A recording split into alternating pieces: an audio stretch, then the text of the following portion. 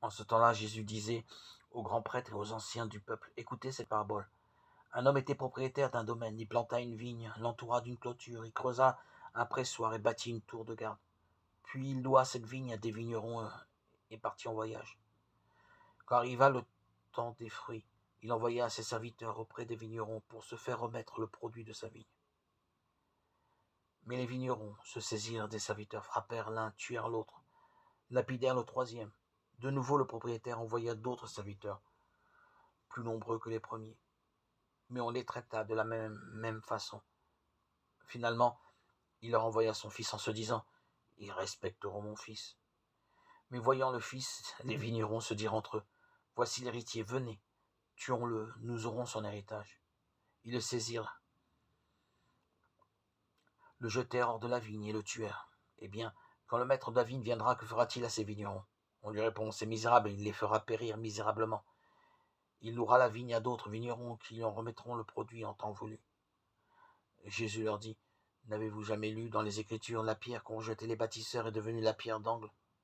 C'est à l'œuvre du Seigneur, la merveille devant nos yeux. Aussi, je vous le dis, le royaume de Dieu vous sera enlevé pour être donné à une nation qui lui fera produire ses fruits. En entendant les paraboles de Jésus, les grands prêtres et les pharisiens avaient bien compris qu'il parlait d'eux. Tout en cherchant à l'arrêter, ils eurent peur des foules, parce qu'elles les tenaient pour un prophète. Évangile de Jésus-Christ selon saint Matthieu 21, 33, 43. Ici, Jésus invective les notables du temple qu'il accuse de dénier à Dieu sa place. Selon lui, l'élite sacerdotale d'Israël entend faire tourner le système religieux à son propre profit, négligeant et bafouant les droits de Dieu, par la violence s'il le faut.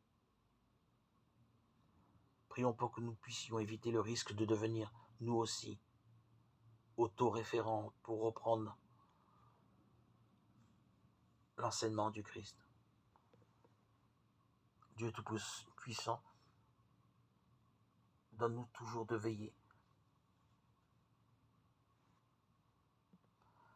pour centrer nos regards, nos vies vers toi et pas sur nous-mêmes, pour nos propres intérêts égoïstes.